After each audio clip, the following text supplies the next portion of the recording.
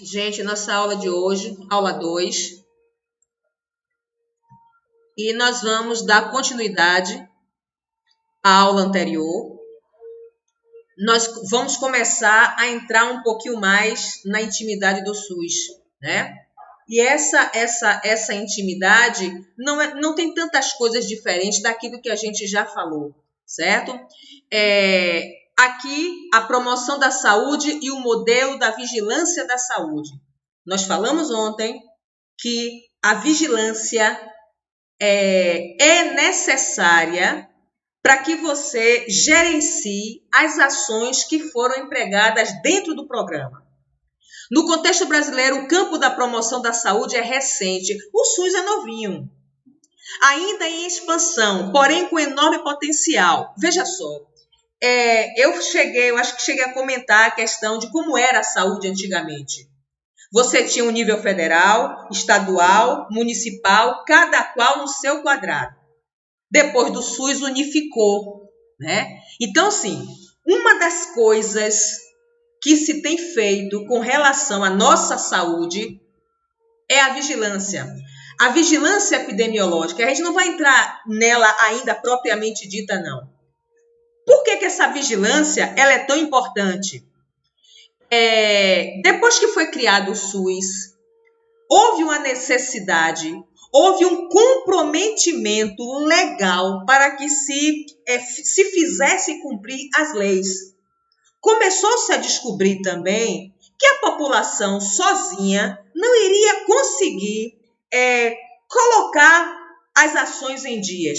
Eu não sei se vocês viram, foi hoje, uma reportagem em que a polícia está nas ruas para, se tiver alguma festa, a pessoa liga e a polícia vai até lá para poder fechar o estabelecimento.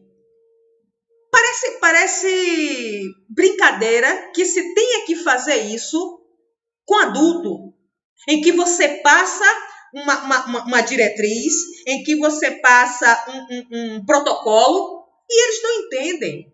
É lei, tem que ser cumprida. Então, assim, a proposta do SUS, surgida após quase uma década de lutas de melhoria, com movimentos populares, com técnicos, sindicalistas, eu falei na questão das reuniões que eu participei, através dos sindicatos, por conta salarial, a coisa começou a andar. Se você fosse fazer uma comparação com o documentário que vocês assistiram, repare, se não tem muita coisa a ver, tudo para se ter antigamente no Brasil, historicamente, tinha que se ter uma revolução. Até o quê? Eu peguei isso até uns 30 anos atrás, os caras pintadas, vocês eu acho que já ouviram falar, foram para as ruas exigir diretas já. Mais ou menos com esse perfil, tudo tinha que se conseguir dessa forma. Ir para as ruas, gritar. Repare que no documentário, você vê no jornal o meninozinho gritando, extra, extra, falando da peste e das notícias daquela época. O povo começou a ficar quase que uma guerra na questão das vacinas. Ou seja, o SUS, quando surgiu, ele surgiu em meio de vários movimentos. Havia uma necessidade. As pessoas começaram a sentir que tinha alguma coisa de errado em só ver se a mão estava suja ou estava limpa. A população começou a ver que uma criança, quando nascia, ela não morria porque Deus quis. Então, deveria ter alguma coisa a mais. Precisaria de mais pessoas que pudessem vir olhar a comunidade e dar sua participação com a ajuda do povo. Você vê que antigamente, quando se queria formar um filho em medicina, mandava para fora do país. E as escolas começaram a surgir. No nosso campo, enfermagem. Como foi que surgiu a enfermagem? As guerras sempre existiram, com muito mais, talvez, intensidade que agora. E aí você tinha guerra, e quem cuidava das pessoas que eram acidentados? As donas de casa, as fleiras. E Florence ia nesse meio Por isso que nós temos hoje o símbolo da lâmpada, né? Ela ia com a lâmpadazinha de paciente em paciente para ver a facada, para ver a flechada, para ver a questão da bala, para ver os ferimentos, na verdade. Com o tempo, Florence percebeu que era muito cansativo. E por ser cansativo, ela precisava colocar uma forma dela trabalhar sem tanto sacrifício. Foi aí que começou a surgir as unidades hospitalares de hoje, em que ela começou a separar os pacientes por quadro clínico. Desse lado de cá só vai ter o pessoal de facada, desse lado de cá só vai ter o pessoal de bala, desse lado de cá o pessoal que foi decapitado, ou seja, os grupos. Então hoje você tem unidade de emergência, unidade clínica médica, unidade cirúrgica. Isso, na verdade, surgiu lá de trás. Então, o que eu estou querendo dizer é que o SUS, na verdade, indiretamente, ele já vem tendo propostas lá de trás, que ninguém tinha se apercebido. Mas no momento em que vários movimentos, vários segmentos, vários grupos se juntaram, cada um deu seu manifesto, cada um deu sua sugestão para que surgisse o SUS que está aí. Quem podia ser atendido? E aí nós já vimos essa questão dos níveis. Antigamente tinha INAMPs, tinha o CESAP, que é o Estado, e tinha a Secretaria Municipal de Saúde. O INAMP só ia para ele quem tinha dinheiro, quem era carteira assinada. Então ia para ele, era o nível federal. Era muito mais, inclusive, equipado. Se pagava, e ainda se paga até hoje, mas antigamente, mesmo quem não trabalhava, havia uma necessidade de pegar aquele carnezinho e pagar mês a mês para uma futura aposentadoria e principalmente para ter um atendimento médico. Era o nosso plano de saúde antigo. Então, assim, aqui está dizendo aqui, a contribuição com a Previdência Social, ou seja, aqueles que tinham a popular carteira assinada. As indústrias, quem trabalhava nas indústrias é que tinha direito ao INAMPS. E o que os centros e postos de saúde ofereciam? Postos e centros de saúde, aí já era da parte da Secretaria do Estado e da Secretaria de Saúde. Nós tínhamos o posto, ainda existe. Os postos de saúde, em cada bairro você tinha um posto de saúde. Em cada bairro de uma dimensão maior, e aí depende muito do quantitativo do bairro, você tinha os centros de saúde, que os centros de saúde eram maiores que os postos de saúde. Os centros de saúde, ele tinha até pequenas cirurgias. O posto tinha malmente o médico por ali para atender e um pediatra. Às vezes tinha um dentista, mas no centro não. No centro já tinha um clínico, já tinha um ginecologista, já tinha um pediatra, já tinha um dentista. E em algumas situações você tinha, pequenas cirurgias ali. Então, era uma estruturação pequena, mas que dava um suporte clínico e de assistência à população. Dentro dessas próprias unidades, você tinha também como é que chama? Os programas. E esses programas, como a gente viu na aula anterior, necessitavam de alguém que entendesse do bairro, conhecesse sua comunidade para formalizar os programas lá dentro. É como se eu fosse assim, eu trabalho lá, sou médico, né? Tinha um gerente. O gerente muitas vezes não era médico, não era enfermeiro, não era nada. Era alguém que tinha um curso qualquer um pouco melhorzinho e estava na administração. O que é que se fazia? Havia uma reunião para se montar o perfil daquela população daquele bairro, ia-se para Dires discutir com o pessoal de lá das secretarias. E aí se sentava todo mundo para montar os programas inerentes para aquela população. Então, você não pode, cada dia mais que a gente fala e repete, você precisa entender que a saúde coletiva só está à frente, a saúde coletiva só pode ser programada por alguém que entende a sua comunidade.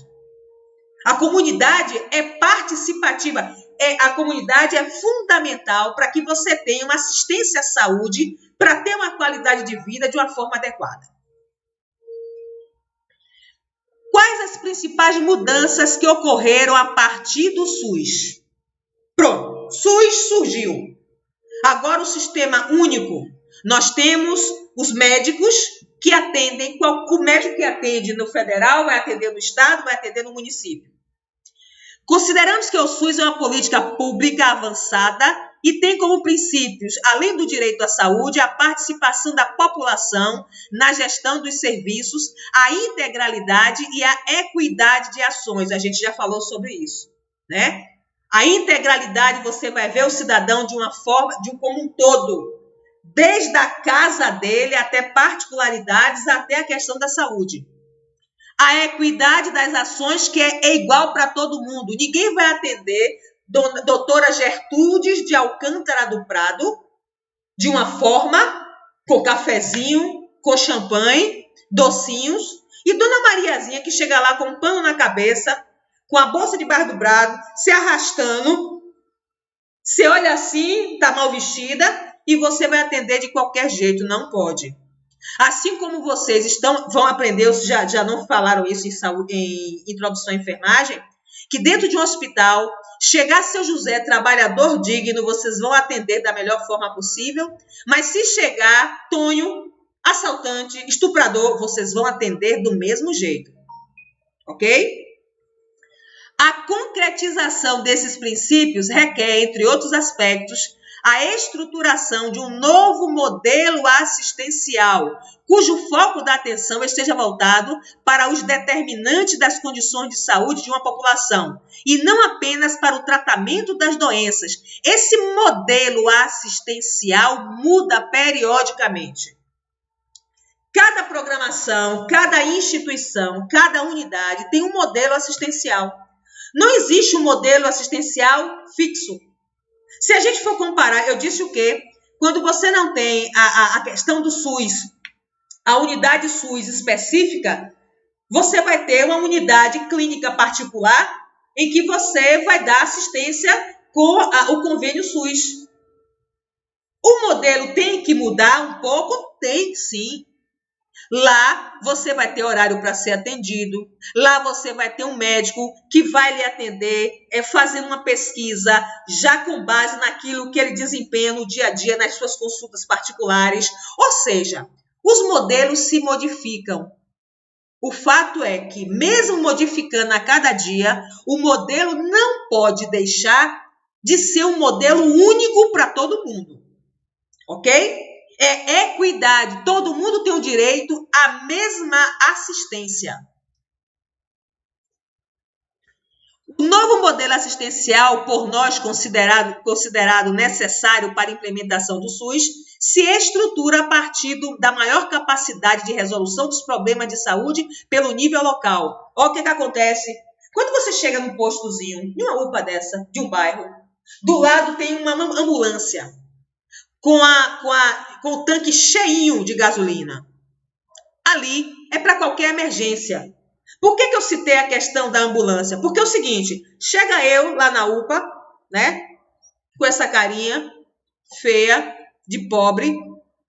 Na hora que me atendem, os recursos que tem ali naquela unidade não são suficientes. Vai me deixar ou vai me mandar para algum outro local? Não. Vai me pegar, coloca na ambulância e leva. Então, assim, os problemas dependem muito da localidade. O índice, você chega a 7 de abril, por exemplo, o índice de asma crônica lá é um absurdo.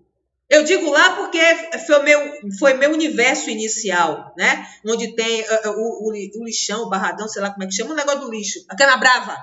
Então lá, as pessoas que moram naquela localidade, é um alto índice de alergias respiratórias, de problemas de pele.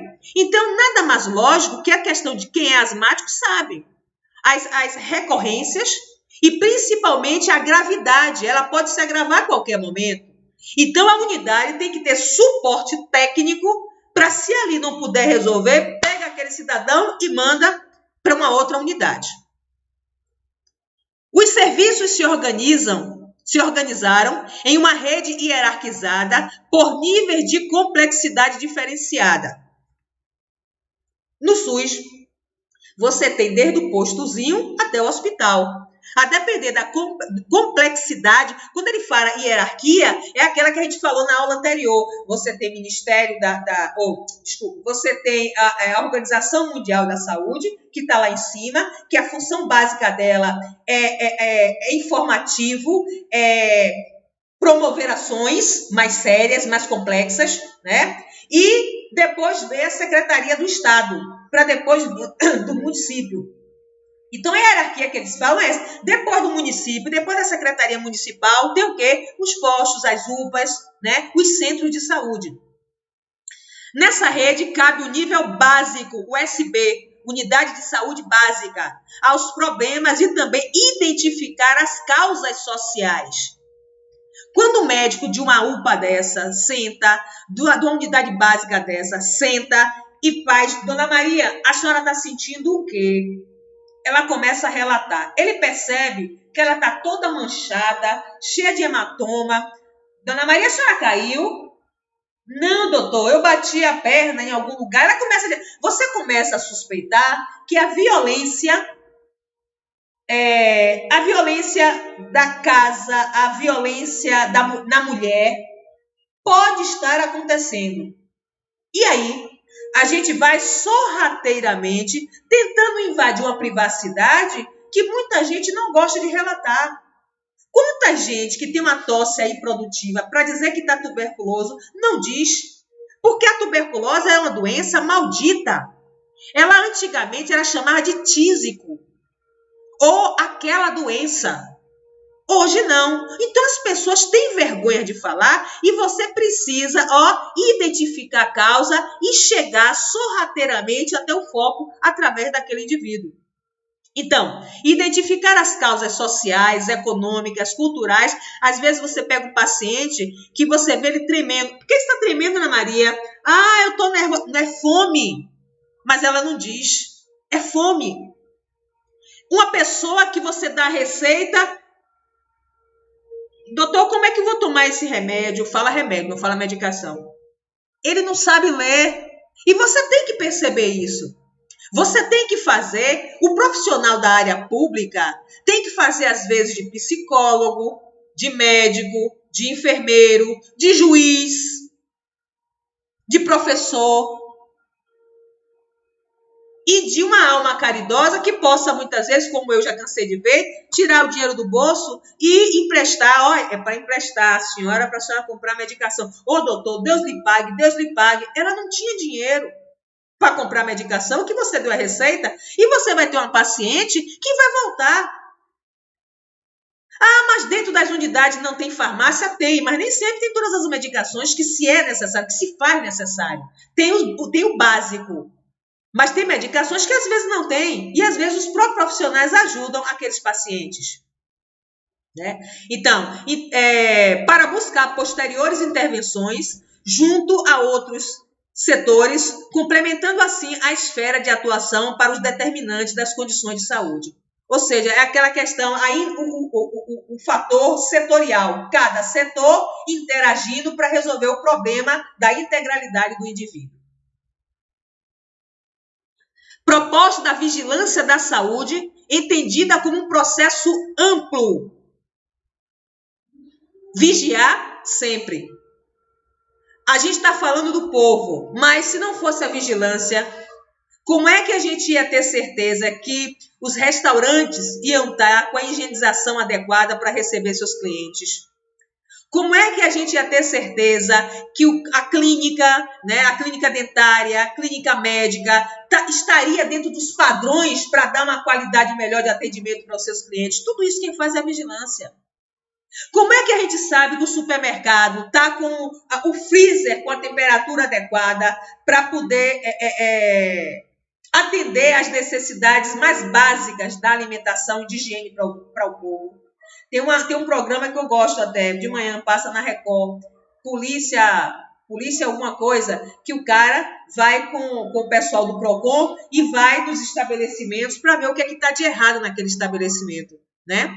E se não fosse a nossa vigilância que protegesse a eles, porque às vezes dá problema com a polícia, né? Quando ele vê uma carne moída lá exposta, que a carne moída, inclusive eu mesmo não sabia, que a carne moída não pode ficar lá dentro, mesmo daquele freezer grande, exposta já moída. Tem que moer na hora para o cliente. Não pode. E quando eles pegam aquela carne toda, jogam no balde e jogam água sanitária.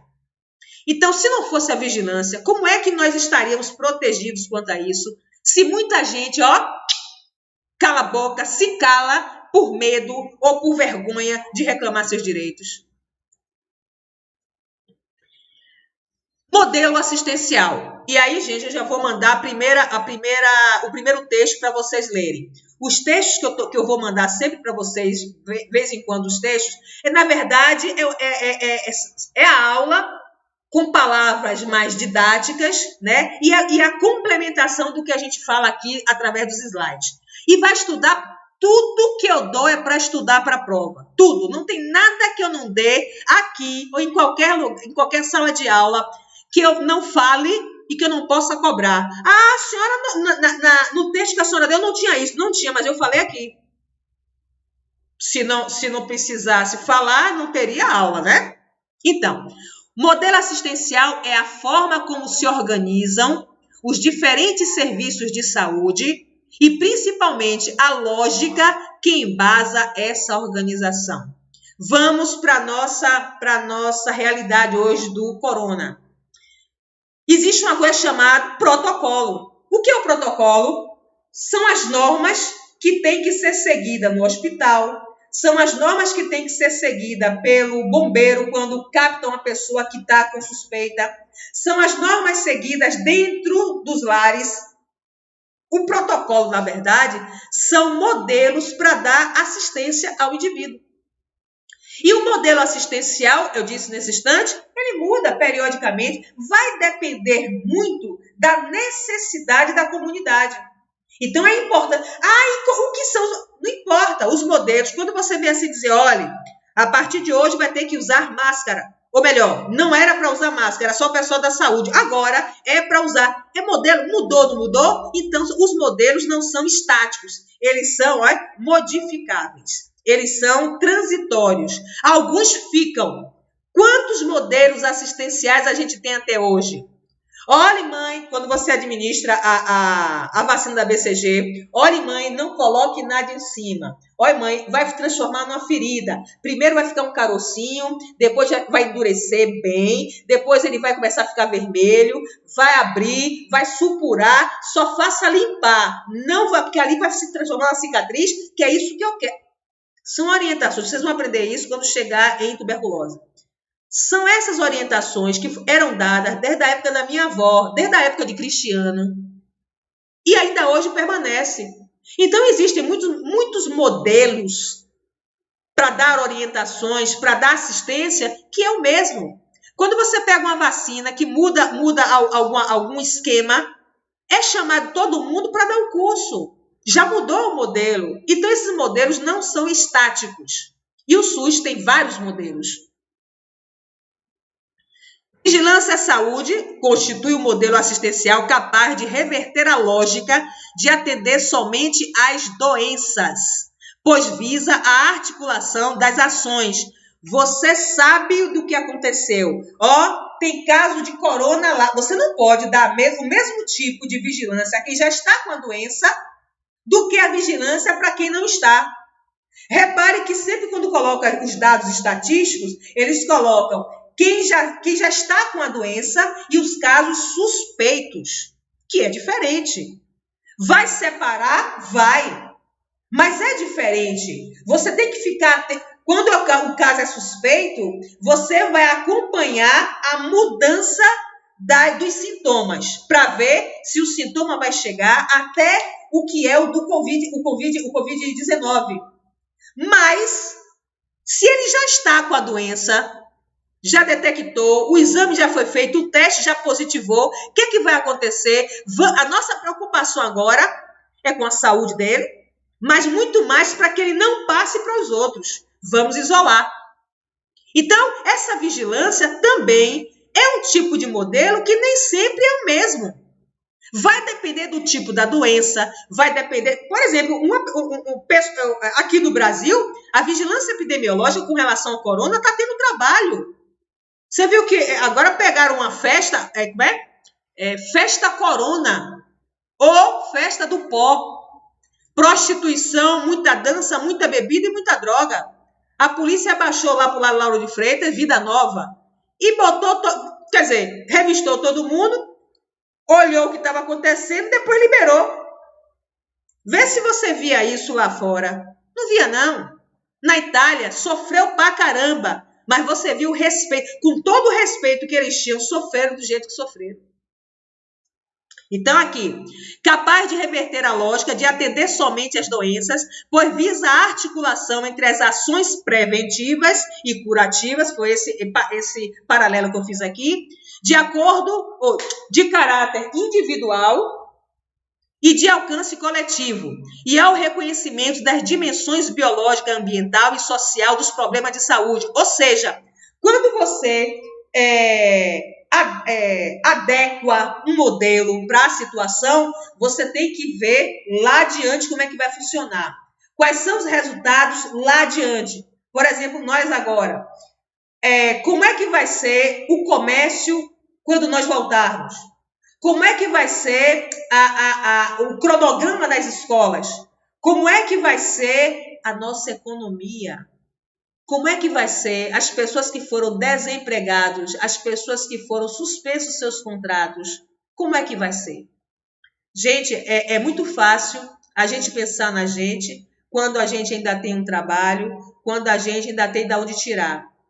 Mas e quem não tem? Tudo isso faz parte da vigilância também.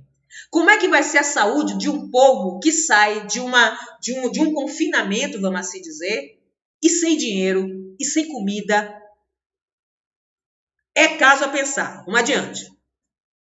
O profissional da saúde e a vigilância, gente, nós da área de saúde, principalmente o pessoal de enfermagem, somos fundamentais para essa vigilância. Quem é que faz esse tipo de vigilância? Uma equipe.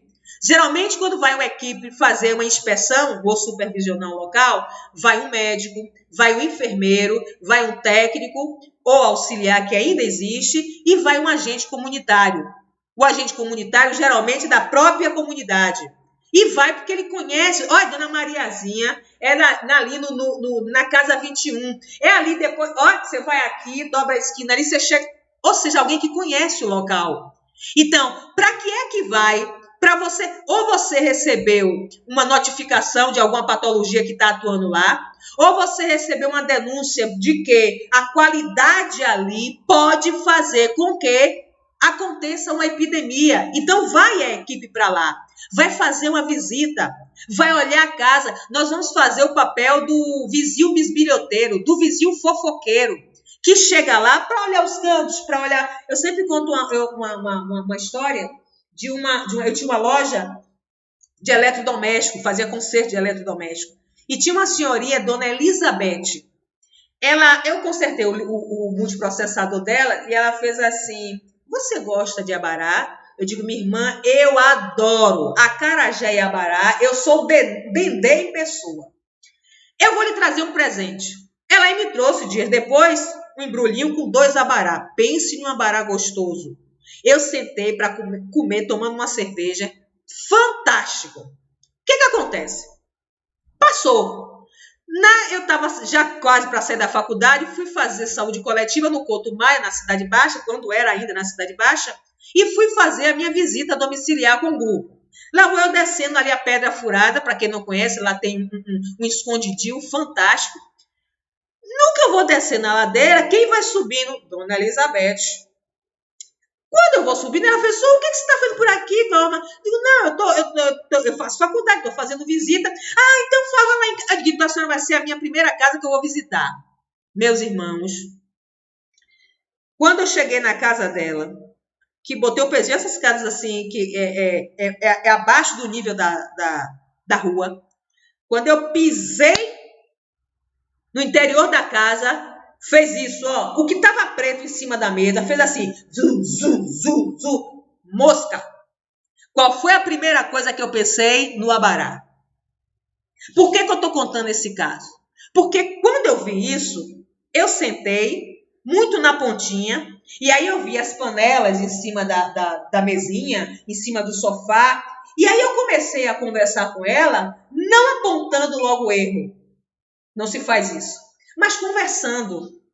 E aí fazendo ver a ela da importância que é ela, como baiana de acarajé, fazendo uma iguaria, que é um sucesso na nossa cidade, que chama turismo e a necessidade da higienização. E aí comecei. E é assim que tem que ser feito. Você ir no local para ver como é. Muitas vezes, ela não tem higiene. Será que ela tem condição de comprar 1 litro de água sanitária, que não é caro assim? Na época não era caro mesmo. Mas, às vezes, ela não tem, na verdade, a cultura ou a educação que favoreça um bom entendimento. Eu morava em uma casa em Lauro de Freitas com minha mãe, minha tia, minha avó, e umas meninas que minha tia criava, em que eu criei 22 cães. As meninas que me ajudavam a tomar conta, você chegava na janela e dizia, fulana, me dê um copo de água. Ela largava o pano de chão, ia pegar água e ia lhe entregar. Ave Maria! Mas na época eu tinha a mesma idade, eu tinha qualquer 10, 12 anos. Qual era a noção que eu tinha de higiene? Quase que nenhuma. Porque às vezes você já está tão condicionado, tão habituado a determinados comportamentos anti-higiênicos, que você faz já automático. Quem nunca comeu dentro do ônibus um pacotinho de salgadinho? Então, assim, aqui é para dizer a você que você precisa, são vocês que vão gerenciar, vão fiscalizar, vão orientar, vão educar esse povo. Então, é fundamental que estejam aptos a reconhecer tanto as condições existenciais que geram os problemas de saúde. Chegou numa casa como essa, você detecta logo os problemas que compõe uma população-alvo, como atuar no sentido de diminuir as diferenças injustas e inaceitáveis. Ninguém é sujo porque quer. Ninguém é porco porque quer. Aí, às vezes, a ignorância faz algo obscuro e que ela não sabe. Quanta gente é mal e não sabe que é mal. Então, assim, gente, a gente está muito acostumado como é que chama? Para não cometer injustiça, você julga. O ser humano gosta muito de julgar. Não pode ser assim, não. Às vezes, aquilo que você está vendo naquele momento é uma consequência de uma situação que você não conhece. No hospital, que é fora da área da saúde coletiva, você vai ver que em 1 minuto que você senta próximo no leito de um paciente, você fica sabendo da vida toda. Tanto é a necessidade que ele tem de alguém para ouvir ele, e ele achou você, e você, por favor, pare um pouquinho para ouvir. Então, as pessoas, às vezes, necessitam de coisas que não estão ao alcance dela. E você precisa reconhecer o problema, detectar ele, e depois que você detecta, você vai para o indivíduo para saber se ele também entende que aquilo é um problema. E aí, dessa forma, você consegue atuar junto com ele para solucionar alguns problemas que ele não consegue solucionar por todos. Enquanto for para ficar no blá, blá, blá, na conversa, para orientar, ótimo. Mas quando for para sanar o problema de fome, de morte, que não está nas suas mãos o poder de tudo isso, quem é que tem dinheiro no bolso para estar dando dinheiro a um e ao outro? A situação está difícil. Quando passar essa pandemia, o que vai ter de gente pedinte pela rua? Formação deste profissional. Profissionais de saúde considerem outros campos de conhecimento que não são só o da biologia, o da ciência humana. Aí ele cita sociologia, antropologia, filosofia, educação, e nós temos que ter um pouquinho de cada um. Prepará-los para que se tornem sensíveis à conscientização dos problemas da realidade.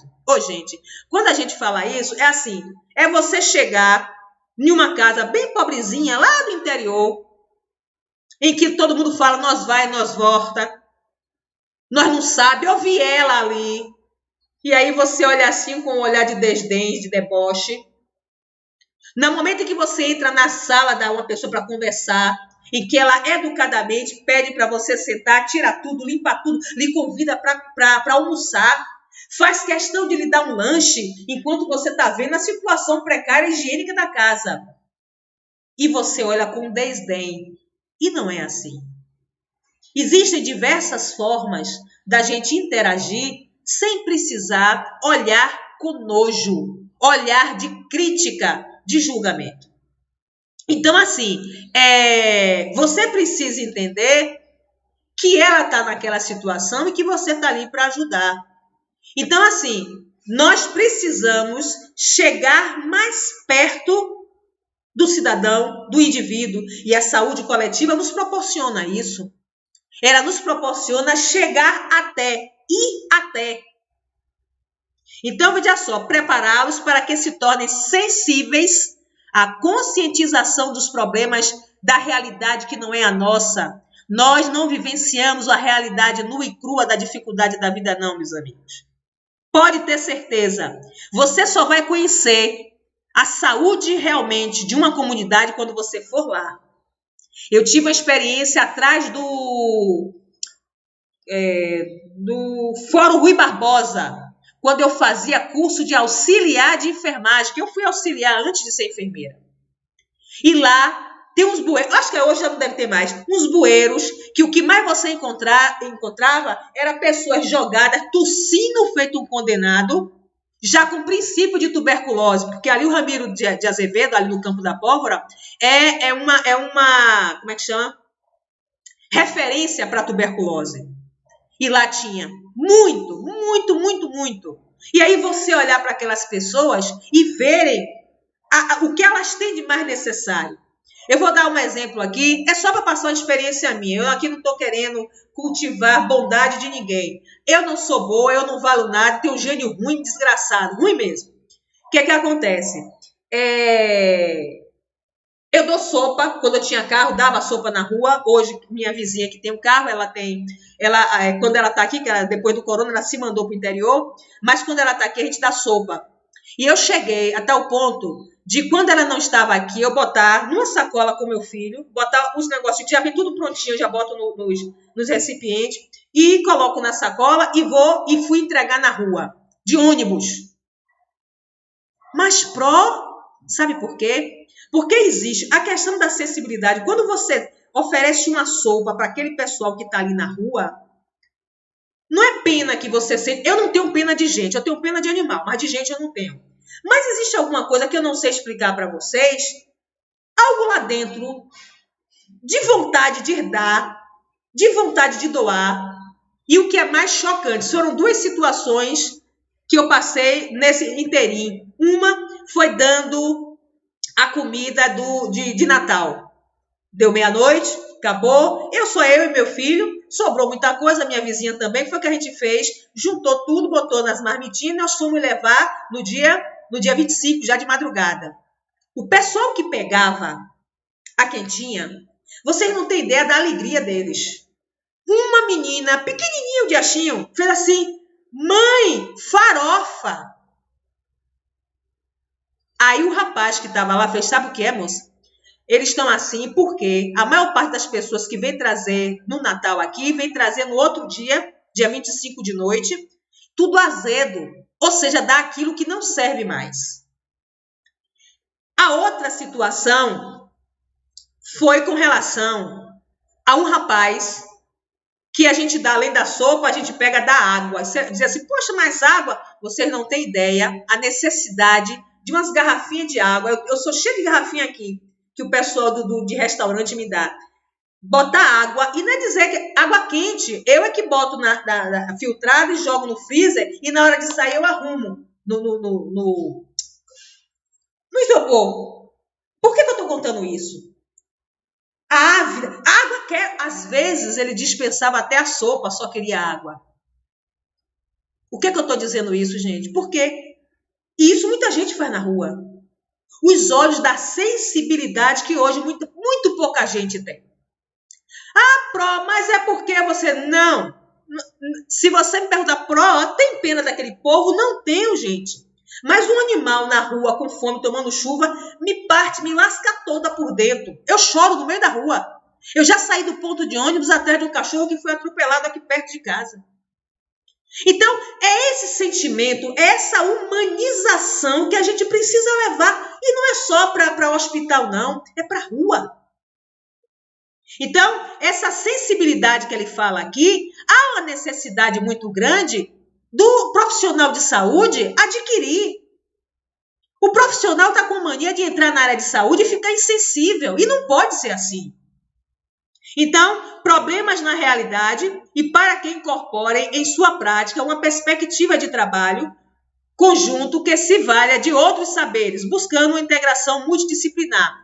Ou seja, vocês hoje estão estudando, vão passar por seminários, vocês vão ler outros livros e tudo que vocês aprenderem é para colocar em prática. Não é para botar debaixo do braço, não, esconder ou simplesmente para levantar o diploma e dizer que é técnico de enfermagem.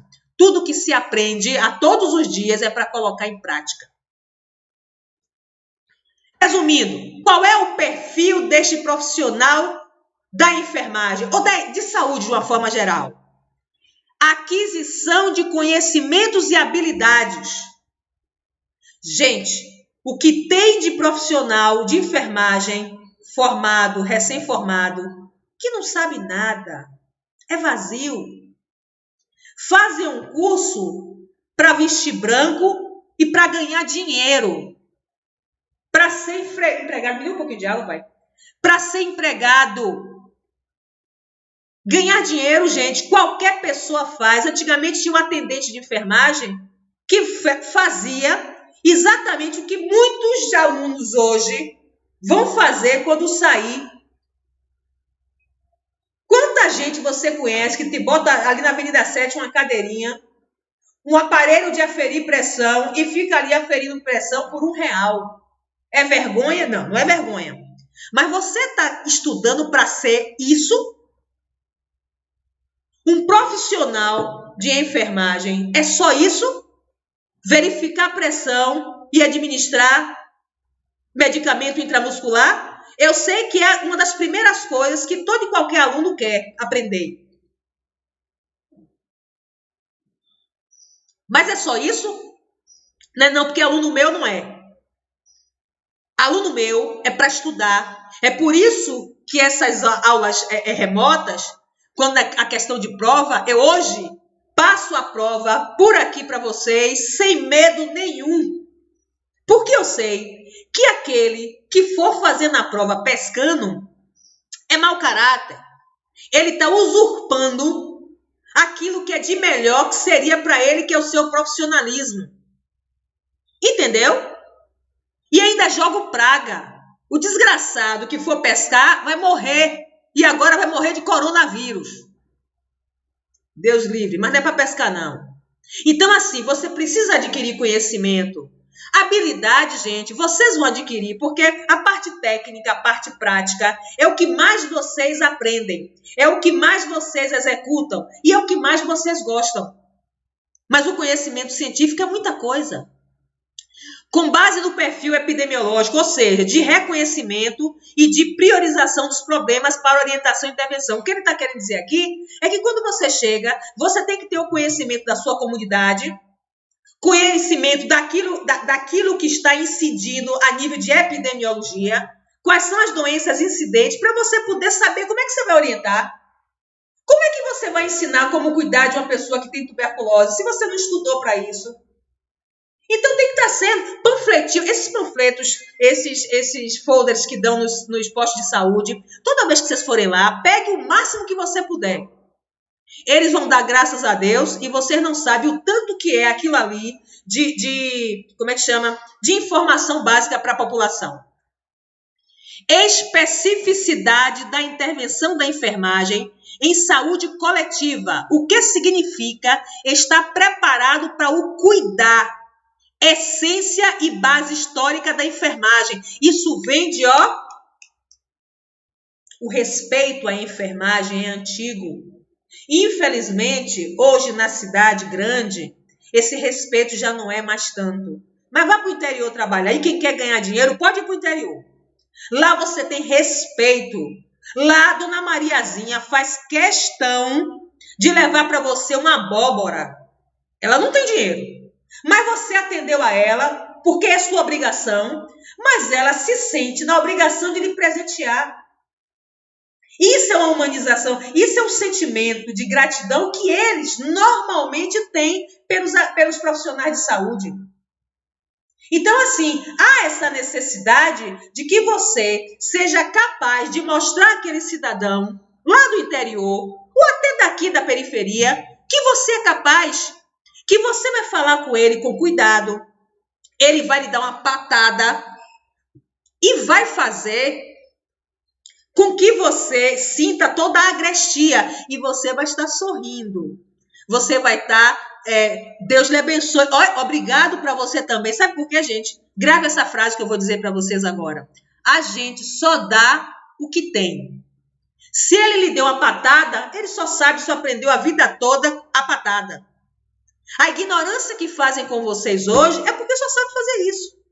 Aí você vai fazer igual, é porque também você só sabe fazer isso. Então, existe aqui, como ele fala aqui, na saúde coletiva pode ser interpretado como conjunto de práticas e habilidades para o acompanhamento, controle e resolução dos problemas de saúde da população. O seu conhecimento salva, o seu conhecimento lhe aproxima, o seu conhecimento faz com que você cuide de você mesmo. Mais do que reproduzir procedimentos, nós estamos traçando o perfil do profissional. Mais do que produzir procedimentos ou desenvolver ações de caráter fragmentado, pré-consulta, pós-consulta, ligada aos programas e voltadas para a atuação de outros profissionais, cabe à enfermagem aproveitar as oportunidades de contato com a população para ampliar o conhecimento sobre a mesma, com vistas a uma assistência integral. Eu não sei se estão lembrados quando eu disse assim, olha, você estava dentro do ônibus e tinha uma senhorinha do lado. Isso é um exemplo de que eu vivi. Eu tentei ajustar, mas não consegui porque eu fiquei com medo da patada. Mas repare, tá com o bebê aqui no colo, de repente a chupeta cai no chão. A mãe pega a chupeta, limpa na roupa e vai botar na boca da criança. Você do lado vai deixar? Mas ela não vai aceitar. Vai dizer que o filho é dela e o problema é dela. Tente. Ela pode até não dar o braço a torcer naquele momento. Mas ela depois, eu tenho certeza que como mãe ela vai pensar. Sabe por quê? Porque muitas vezes, na hora da dor, aprende. Na hora da dor, a gente aprende. Então, assim, a gente não pode ficar engessado. Você é técnico de enfermagem. Você pode fazer uma sutura, aluno meu, em clínica cirúrgica, eu ensino a fazer sutura. Porque se chegar alguém, numa emergência, não tem ninguém, não tem enfermeiro, não tem médico, até você ligar para o médico para ele vir para cá fazer a sutura, o paciente, você olhou, você limpou tudo, você já avaliou, poxa, eu sou capaz de dar um ponto aqui, você vai fazer? Não pode, o Corém não permite. Mas o paciente está ali perdendo muito sangue, está entre a vida e a morte, você sabendo fazer, você não vai fazer? Claro que vai. Você aprendeu uma técnica nova de uma enfermeira picuda. Você não vai parar, não vai para adjunto olhar? Aluno bom é aluno curioso. Aluno bom é aluno curioso. O aluno precisa estar sempre junto. O aluno tem que ser perguntador. O aluno vai para o estágio, fica de braço cruzado, com o coração e não encosta. Não vai aprender nunca. Você aprendeu uma técnica nova. Tem um curso, não sei das contas, não sei aonde. Faça. Faça. Você não pode ser um profissional resumido em sala de aula. Não existe isso. Profissional de saúde tem que ser curioso. Hoje vocês têm, na minha época não tinha o recurso da internet, você tem o mundo todo na sua frente. O computador lhe dá essa probabilidade. Olhe nós aqui, eu aqui, gravando a aula para você que vai assistir depois. O novo profissional, gente, é um sonho. É um sonho. Mas nós temos bons profissionais. Muito bons profissionais. Eu hoje, na Humaniza, se Cristiano dissesse, Norma, Escolha aí alguns alunos para fazer para ir intervir em uma campanha dessa da minha vida. Eu tinha já os alunos certinhos. Eu tive uma aluna, hoje ela está na SAMU. É fantástica ela. É fantástica. Ela hoje faz faculdade de enfermagem. Eu tive um aluno, esse descarado, não quis fazer enfermagem. Ele é técnico. Ele passou uma época que ele ficou mudando da Vitalmed, tinha outro, não sei o que, Tec Enfermagem, não nome aí, e ficava pulando de galho em galho. Não era porque ele era ruim, não. É porque quem dava mais, ele ia. Ele perdeu no vestibular do ITA, que é da aeronáutica, é um dos vestibulares mais difíceis para a área de saúde. Ele perdeu por conta de português. Então, gente, o novo profissional, ele tem que saber português. Ele tem que saber conversar. Ele tem que saber se sentar. Ele tem que saber como andar, como proceder diante de uma atividade científica. Você tem um grupo de médicos conversando, é interessante, pare, vá ouvir. Intervenha se você tiver a curiosidade. Mas você precisa ser profissional. Não seja profissional. Ah, não entendi, não. Aí não entendeu, nem estuda mais. Toda vez que você não entende uma coisa, tem alunos que nem vai pegar mais no livro naquele ponto. Estuda os outros que são mais fáceis. Só que as coisas fáceis é para todo mundo. As coisas fáceis é para todo mundo. As difíceis é para aquele que quer alguma coisa a mais. Porque vocês, quando saírem da Humaniza, vão fazer faculdade. Ou de enfermagem, ou de medicina, ou talvez se descubra que não é enfermagem que você quer, você vai fazer uma outra coisa. Mas, a luzinha que estava aqui apagou. Mas você precisa evoluir. E só quem faz o profissional evoluir, gente, é o conhecimento. Então, deve estar comprometido com a competência técnica, deverá também estar envolvido com as éticas da responsabilidade, da solidariedade. É palavrinha que é difícil e que as pessoas se esquecem. Ética. Acha que ética é só quando você for profissional. Não, ética você começa agora. Outro dia eu estava pegando, sem querer, estava no grupo, peguei uma aluna falando com o Cristiano, o coordenador da escola. Cristiano é um coordenador. Hierarquicamente, ele é abaixo só do diretor. E ela falando com ele de uma forma inadequada. Porque até para você pedir alguma coisa ou dizer que alguma coisa está errada, você tem que saber fazer. Não precisa gritar. Grito nunca ganhou nada. Este somatório fará com que a especificidade da prática de enfermagem não se restrinja apenas à realização de procedimentos técnicos, mas incorpore a dimensão de comunicação e percepção das necessidades do outro. Você tem que olhar de uma forma holística. Você tem que olhar de uma forma completa e você está inserido nisso. Eu, como professora, são 22 anos de profissão. Eu não converso com todos os alunos da mesma forma, gente.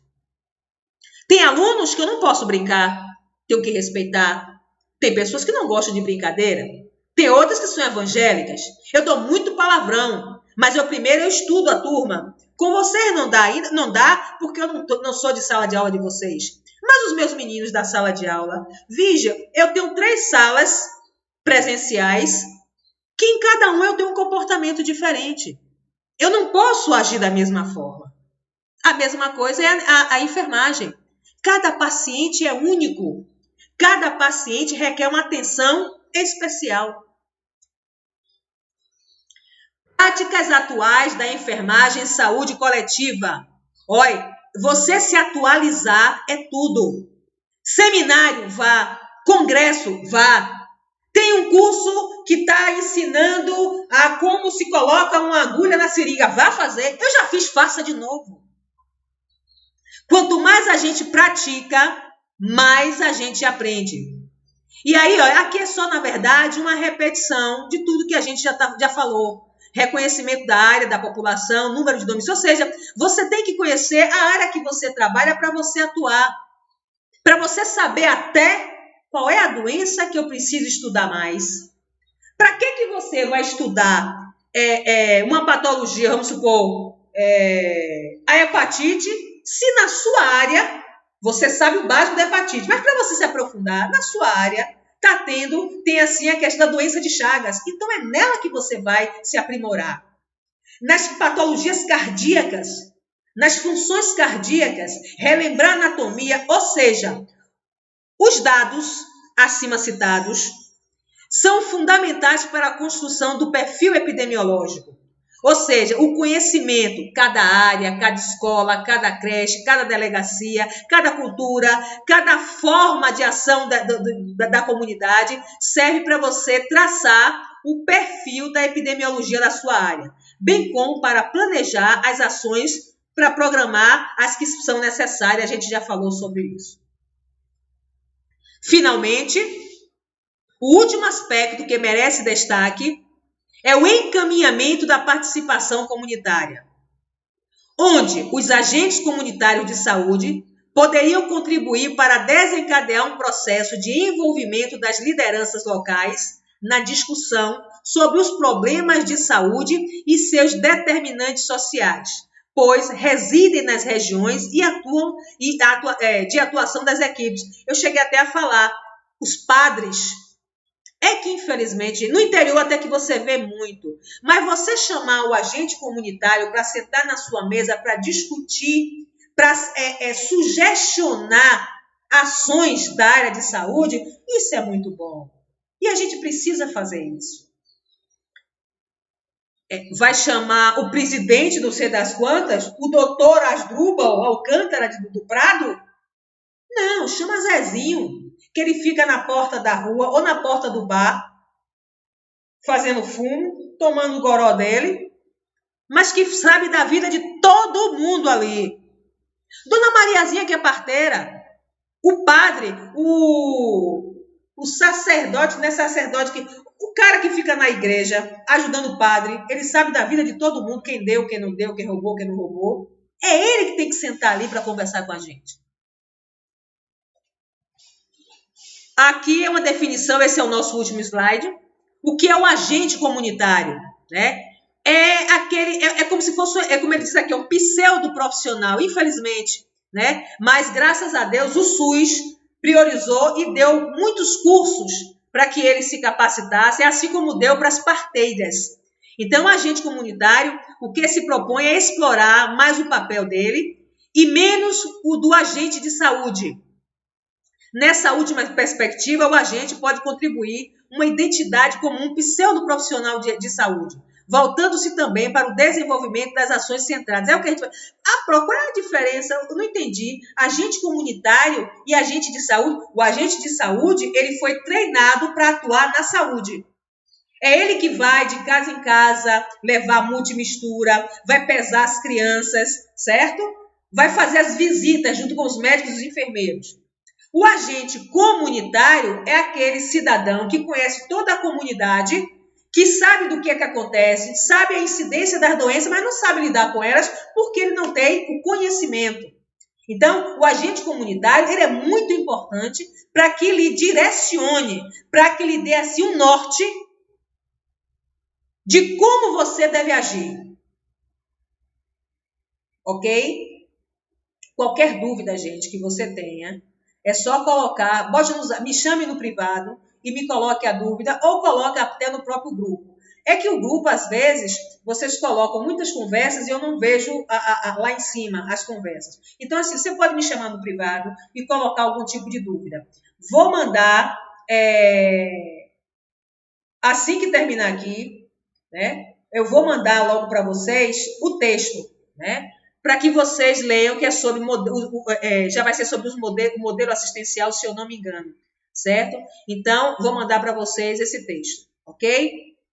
Obrigado, espero que tenham gostado. E desculpe qualquer coisa, viu? Eu brinco muito, dou muito palavrão e hoje talvez eu tenha me cedido um pouquinho. Mas é porque eu estou gostando de dar essa aula para vocês.